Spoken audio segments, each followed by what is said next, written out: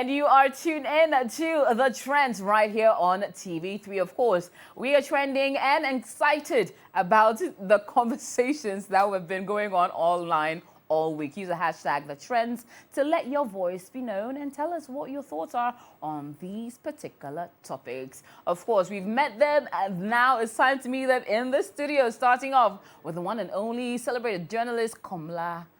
And the one, and Komla, you look nice, oh. Thank you. Yeah, you're always shining. I try. This is nice. Now, my sister from another Mister from ages past, ladies and gentlemen, the wonderful Akosia Hansen. Hi. You look lovely, by the way. Thank you. Purple is clearly a theme, and then you caught on. Yeah. And my brother Olele Emmanuel Sapon Salvador, the one and only Olele Deep Throat Sword. What's up? Hi, Olele. So it was great to be here. It's always good to have you. Yeah, I like sitting next to you. Yeah. We like that too. But let's get into the conversations for today. First and foremost, the 10% betting. So based on the recent amendment to the Income Tax Act, Act 1094, there was a slight adjustment where all lottery wins are held to a withholding tax of 10%. For those that are a bit confused about how it works, it's not on your capital, it's on your profit. So say you put 10,000 into your wallet to bet and you win, or your total earnings at the end are like 50,000. They will tax you on that 40,000. That is what you have profited, and that is what that 10% withholding tax will be put on if you decide to withdraw all 50,000. I hope that makes that puts some clarity in, because there's been quite a bit of a interesting takes and a bit of confusion on how it's been working. And we've also had some stakeholders and members of policy and government also sharing their thoughts, and as well, general individuals. But getting straight into the very first part, which is Osei Mensah Bonsu, one of the key members of parliament, decided to share his thoughts, and this is what he had to say. Me say, I don't buy into that betting. Me a Christian. Bible make kind of say, "Obedi won sa no adwuma." Okay. We ye adwuma den a, o se nsa anya adwuma no ma enidi. Yeah, sure, say man, like I said, the devil finds work for idle hands. I don't believe in that. But you see, taxes are binding to so no. It is a lottery tax. Say the tax to so. Yeah, my mukradi lottery na abana na yi. But was the task is yes to so. They are luxury products. I did tax kesi to so. Ibini saying, ibini insa. Ibini cigarette. You say enom. Ubetimi anka men nom cigarette. Ubetimi enom insa. Uso benom. Yes, okay. You did tax to so. And you walk, yeah, I don't know say tax that so. What you say? Sometimes it's a way of discouraging you, say, I didn't mean yet. It's also by idea.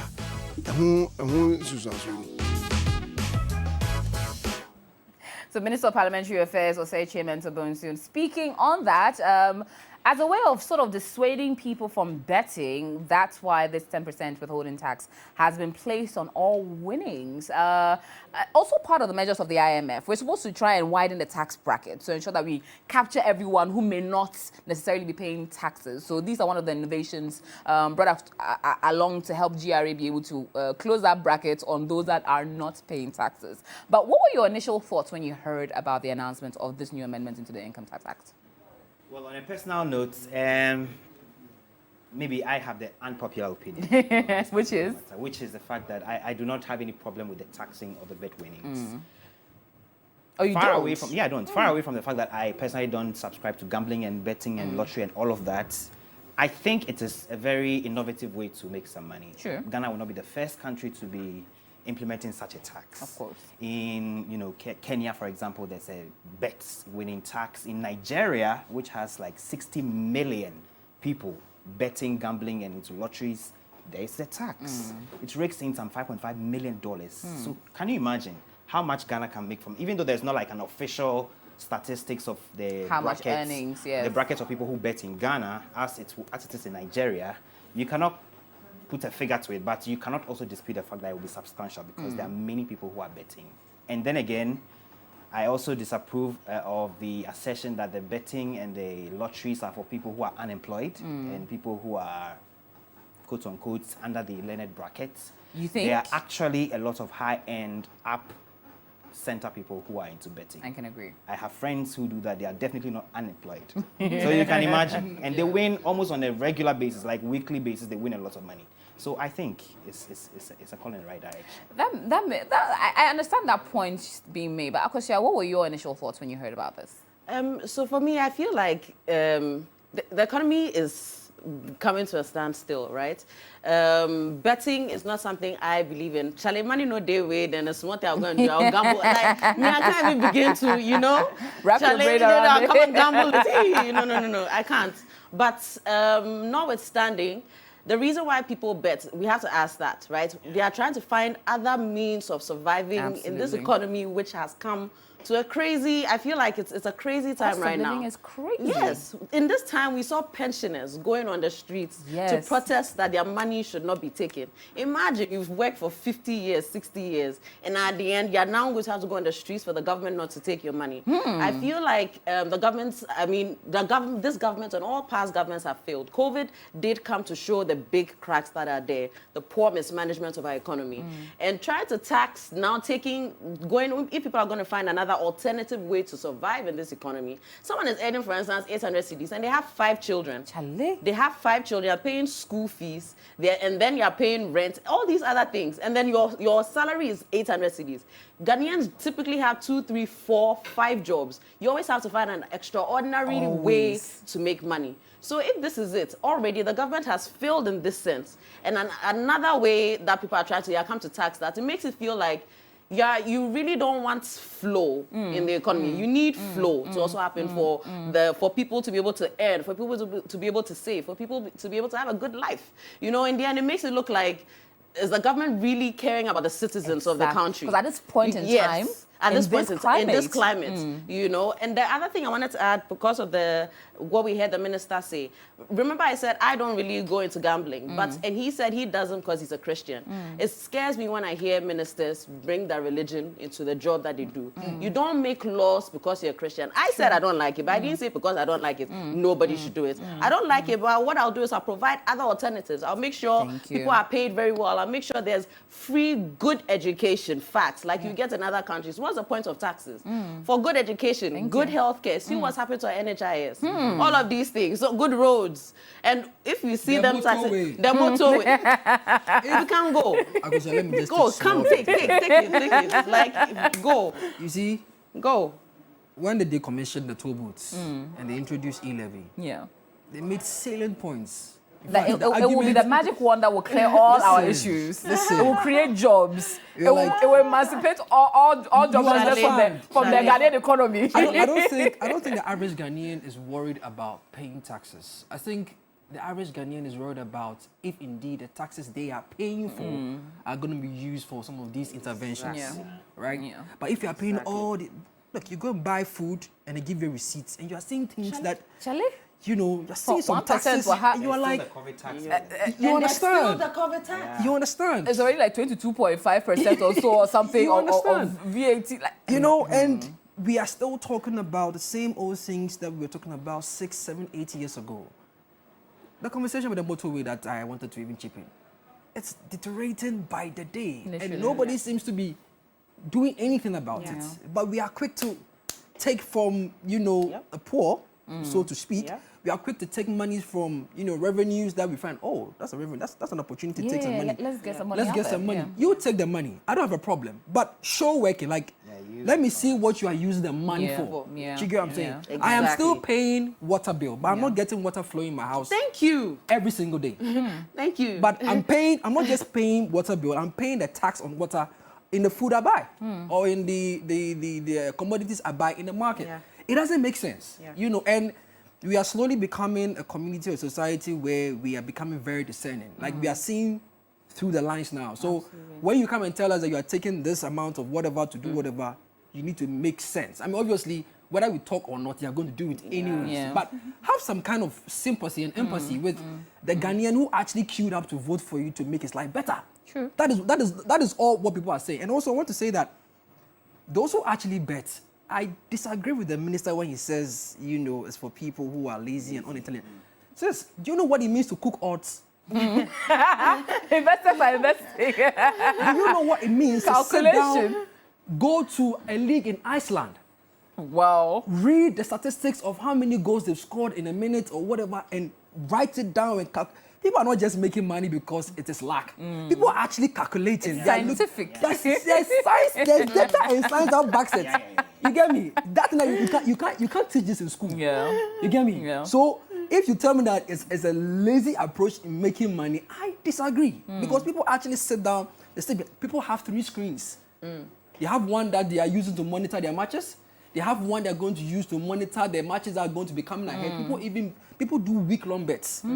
That's a lot of mental, brain being used there. So if you say it is a lazy thing, I'm sorry. I think they are even doing more than what you're doing in your office. Absolutely. Because they're able to read between the lines and predict. Because if it wasn't blossoming, you wouldn't have wanted to put some money or put some tax on there. On it, exactly. And also, contrary to what the law actually says, this example of what people are actually experiencing. Yeah. So let's say you already have 10,000 CDs. 10,000 credits is too much. Let me say 500 CDs on your wallet. Yes. Right? It's your money. Yes. You haven't used it for anything. No, you've not gained anything on it. You just uploaded the 500 But CDs. you say, you know what? I'm not going to do again. So I'm removing the money. They still tax you when you remove the money. Apparently, that was an issue that happened for those that even preceded the Tuesday commencement. Yes. Those that had money in there already that hadn't even done anything. Yes. Once they withdrew, there was a problem with that. Yes. But I think that's even something that happened earlier on with e-levy. There were amounts that were taxed on, even though there was a threshold at a point. So that means you're not even... I think maybe it's sometimes glitches in a system. But do you see how crazy that is? If you're going to fact, You are using my money for glitch. glitches, exactly, for glitches. Well, Even in the collection, there are problems. Like, you have to let people trust the tax system. One person who thinks that the 10% is actually too little is one person who thinks that the 10% is a little too small is MPP presidential aspirant Kennedy Japan. This is what he had to say. What's your general opinion on the 10% tax on bet winners? You see, it's in order, and it should have been more. Yes. Yeah.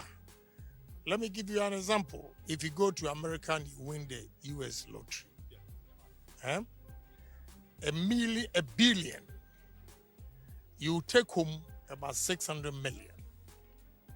Yes, check. That's about 400. Exactly. Why? Because it's free money and it's taxable. So 10%, they've been charitable to you. And I'm surprised as a youth, you are asking me about betting. This is voice for the youth. This is voice on the street. But look, I'll be honest with you.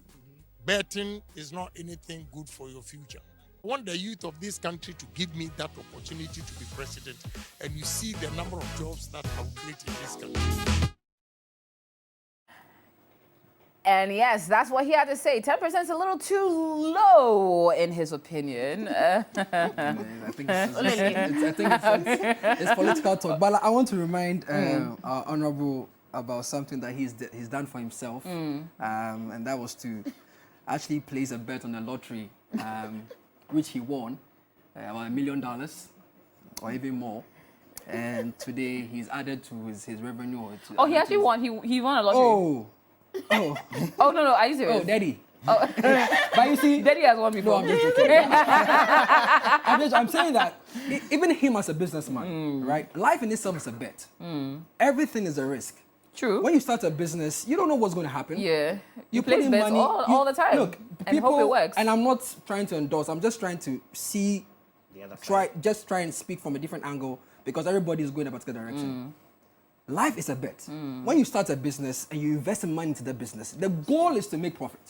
But you don't make profit all the time. True. That is how these guys see betting. And the only thing I would wish this would be is to encourage responsible betting, just as we encourage responsible drinking.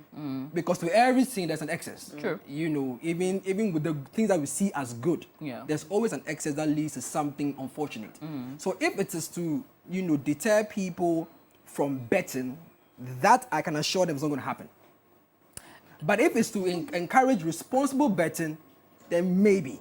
Okay. But people are not going to stop betting because of this. No, when they are far gone. Now, Kamala, to piggyback off a point Akosua rightly made, in this particular system, where over the last 2 years, inflation has practically doubled or more, we've had cost of living going through the roof. Petrol right now is at what, 13 point something, and it's increased twice in the month of August. And you look at all these factors put in together, and with the space of or the percentage of unemployed youth who honestly want to work but cannot actually find work, and are now using betting as an opportunity to create extra revenue, because trying to be at home and your parents are looking at you that why don't you have a job? It's hard. But at least with betting, they're able to, sometimes their odds pick or their luck shines and you're able to get some odds, all of that. Now, isn't it a bit insensitive to now introduce this at this particular climate? Two sides again. I mean, 3 months or 4 months ago, I did a documentary where we're assessing the cost of living crisis and how people were surviving it. There was a segment of people who were surviving on bet winnings.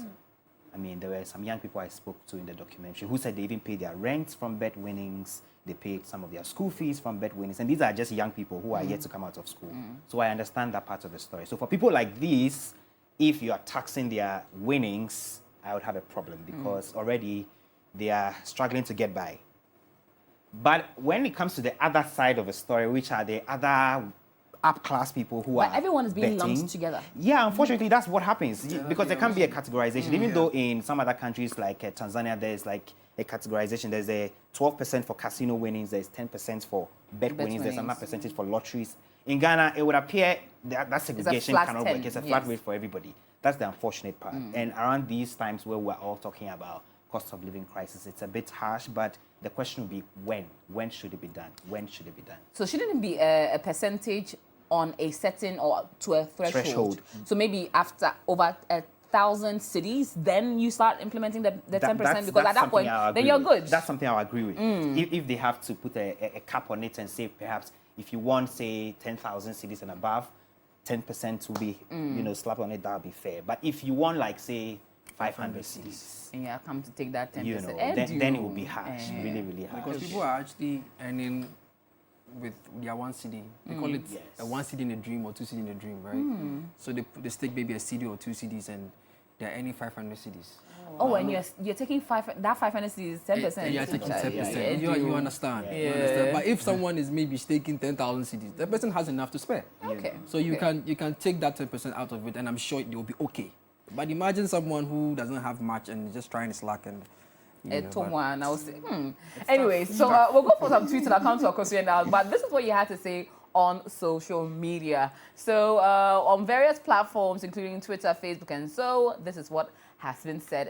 In past, president says, small bet mango chop. Pharaoh put a 10% top tax, 10% tax for top. Charlie. You go be. Kali J Ajay Chibi says, you go buy data, you go pay tax, you import car, you go pay tax, you pay something small online, you pay tax, you win debt, you pay tax, but we know they see where the money they pass. Oma. All right. Very soon we'll start taxing the air we breathe. I swear. Awin Dago says, the problem is not about paying the tax, it's about where the tax goes to. Straight. Hashtag the 10%. And that's the biggest conversation point as well. Where Mr. Kanwe? Don Flash says, taxing 10% on sports betting. This NPP government has decided that they will always benefit farmers, but won't allow the youth to benefit from them. It started from e-levy. Literally, they want us to suffer. They have now crossed their boundary. We will show them. Show them how, though.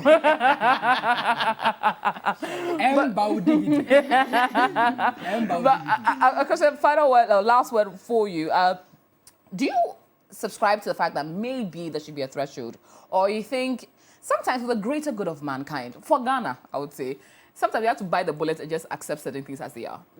I think we've been biting the bullet and accepting things as they are from when they overthrew Kwame Nkrumah. Charlie? From there till it's as far. That's why we are in this big hole we are in. And if people want, if this is a deterring act, right?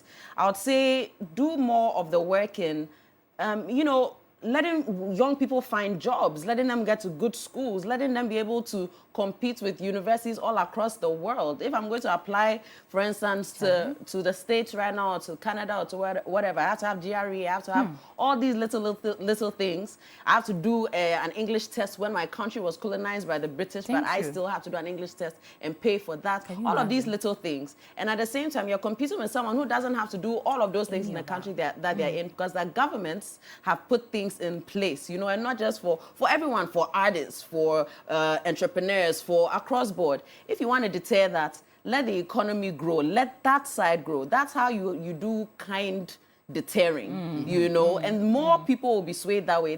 If you look at history, there are three things that are always part of a society: gambling, sex, alcohol, drugs. They are always there, you know. You don't ever always eradicate it, like he's saying. Yeah. So you just try to provide other means, and then when a government like this does that work and they now do deterrent taxes, then I get it. But me right now, it just seems like there's more money they want to squeeze in, and no one has been creative to find ways that let's find money, but still let's flow happen within the society. You know, I'm not seeing that. I just want to quickly add that, talking about transferring the funds. In 30 seconds. The Creative Arts Agency have always bemoaned the fact that they don't have enough money to run the agency. Look at that. So if you are looking to take these monies, maybe we should take it to the Creative Arts Fund to empower some of the creatives that are always looking for funding to get Exactly. work. Well, and they're the ones running everything. Yeah, because that's the where- creative It's built on economy the artists. can end up Exactly. employing a lot A of lot of people people. that need it. Well, very, very valid points there. Of course, you're tuned into the trends. When we come back, we'll be speaking about the passport saga. Have you had a delay with getting your passport? What are your thoughts about hopefully the new system about to work where it would ensure that everyone gets their own out? Let us know your thoughts. Any other experience you've had about it with the hashtag #TheTrends. When I come back, a lot more right here on the show.